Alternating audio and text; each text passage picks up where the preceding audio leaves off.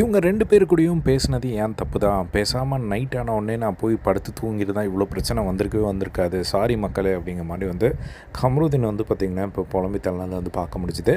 அரோரா கிட்ட இன்னைக்கு நடந்த ஒரு பிரச்சனை, திவ்யா கிட்ட வந்து சாரி கேட்ட விஷயத்த வீக்கெண்டில் வந்து அவர் சொன்ன ஒரு விஷயம், அரோரா வந்து சொன்ன விஷயத்துக்காக வந்து அரோராக்கும் கமருதீனுக்கும் வந்து ஒரு பெரிய ஒரு சண்டை நடந்தது. ஸோ இப்போ அதுக்கு ஒரு எக்ஸ்ப்ளனேஷன் கொடுக்குற விதமாக வந்து அரோரா கிட்ட வந்து, இங்கே பாரு நான் வந்து உன்னை ஹர்ட் பண்ணணும்னு சொல்லல அரோரா. நான் எதுக்காக அவ்வளோ டென்ஷன் ஆனேன் அப்படின்னா, எங்கள் வீட்டிலருந்து சொல்லிட்டு வந்தாங்க.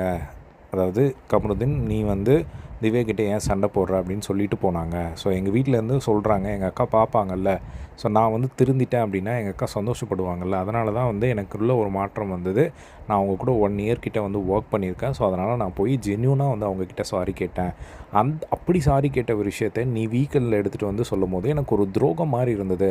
அதனால தான் வந்து நான் அவ்வளோ கோவப்பட்டேன் அப்படிங்கிற மாதிரியான ஒரு விஷயத்த வந்து சொன்னது பார்க்க முடிஞ்சுது. அதுக்கப்புறம் அரோராவோட அந்த பர்சனல் விஷயத்தை எதுக்கு பேசுனீங்க, துஷார் மேட்டர் எதுக்கு வந்தது அப்படின்னு சொல்லி அவங்க ஒரு எக்ஸ்ப்ளனேஷன் கொடுக்கும்போது, அந்த ஒரு விஷயத்தை மட்டும் கமருதீன் புரிஞ்சிக்கவே மாட்டேங்கிறாரு. ஸோ என்ன அப்படின்னா, அரோராவுக்கு துஷார் மேலே ஏதோ ஒரு ஃபீல் இருக்குது. அதை வந்து அவங்க எல்லா இடத்துலையும் வந்து பதிவு பண்ணிட்டு தான் இருக்காங்க. ஆவுன்னா வந்து அந்த கேப்டன் ரூமில் வந்து துஷார் ஃபோட்டோவை பார்த்துட்டு கூட வந்து அவங்க சந்தோஷமாக இருந்துக்கிறாங்க. ஸோ இந்த மாதிரி இருக்கும்போது வந்து இப்போ கமருதீனுக்கு என்ன கொஷின்னா, உனக்கு உன் துஷாரா இல்லை உன் எக்ஸா அப்படிங்கிற மாதிரி ஒரு கேள்வி வந்து கேட்டிருக்காரு போல்.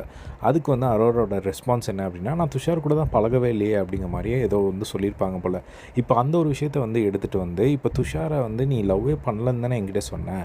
இப்போ அப்படி இருக்கும்போது வந்து எதுக்கு வந்து துஷாரை மிஸ் பண்ணுற அது இதுன்னு சொல்லி நீ சொல்லிக்கிட்டு இருக்க அப்படின்னு சொல்லும்போது, அது என்னோடய ஃபீலிங், அது நான் சொன்னால் உனக்கு என்ன பிரச்சனை அப்படிங்கிற மாதிரி வந்து அரோரா வந்து கேட்குறாங்க.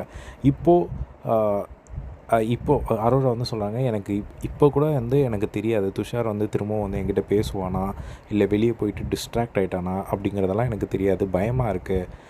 ஆனால் லவ் இல்லை தான் அப்படிங்கிற மாதிரி வந்து சொல்ல, உடனே வந்து கமருதீன் வந்து லவ் இல்லைனா ஏன் நீ இவ்வளோ ஃபீல் பண்ணுற அப்படிங்கிற மாதிரி திரும்ப திரும்ப வந்து கேட்டுகிட்டே இருக்கிறேன். அதுக்கு வந்து அரோரா நான் ஏன் ஃபீல் பண்ணக்கூடாது அப்படிங்கிற மாதிரி அரோரா வந்து கேட்க, அது அப்படியே வந்து சண்டை போய்கிட்டே இருந்தது. அதுக்கப்புறம் கடைசியாக வந்து சரிப்பா இதுக்கு மேலே எனக்கு எதுவும் தேவையில்லை, இங்கேயும் தேவையில்லை, வெளியே போய் நான் தேவையில்லை, நான் வந்து எதுவும் பேசவும் வந்து எனக்கு பிடிக்கல.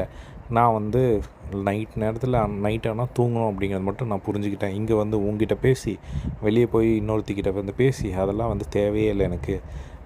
நான் இப்போ வந்து புரிஞ்சுக்கிட்டேன். சாரி மக்களே அப்படிங்கிற மாதிரி வந்து இனிமேல் நைட்டில் சீக்கிரம் தூங்கினா இந்த ஒரு பிரச்சனைலாம் வந்து வராது அப்படிங்கிற மாதிரி வந்து இப்போ அவர் சொல்லிவிட்டு அந்த இடத்துல வந்து மூவ் ஆன் பண்ணதை வந்து பார்க்க முடிஞ்சுது. ஸோ இதை பற்றி உங்களோட ஒப்பீனியன் கமெண்ட் ஷேர் பண்ணுங்கள். இதே மாதிரிலாம் பிக் பாஸ் லைவ் அப்படி தெரிஞ்சுக்க நம்மளோட சேனலை சப்ஸ்கிரைப் பண்ணி சப்போர்ட் பண்ணுங்கள். தேங்க்ஸ் ஃபார் வாட்சிங். பாய்.